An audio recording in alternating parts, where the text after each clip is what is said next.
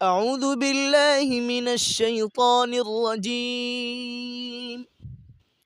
بسم الله الرحمن الرحيم.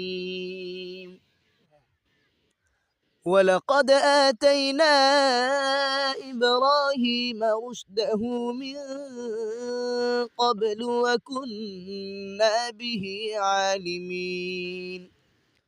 إذ قال لأبيه وقومه ما هذه التماثيل التي أنتم لها عاكفون. قالوا وجدنا آباءنا لها عابدين. قال لقد كنتم أنتم وآباؤكم في ضلال مبين. قالوا أجئتنا بالحق أم أنت من اللاعبين. قال بل ربكم رب السماوات والأرض الذي فطرهن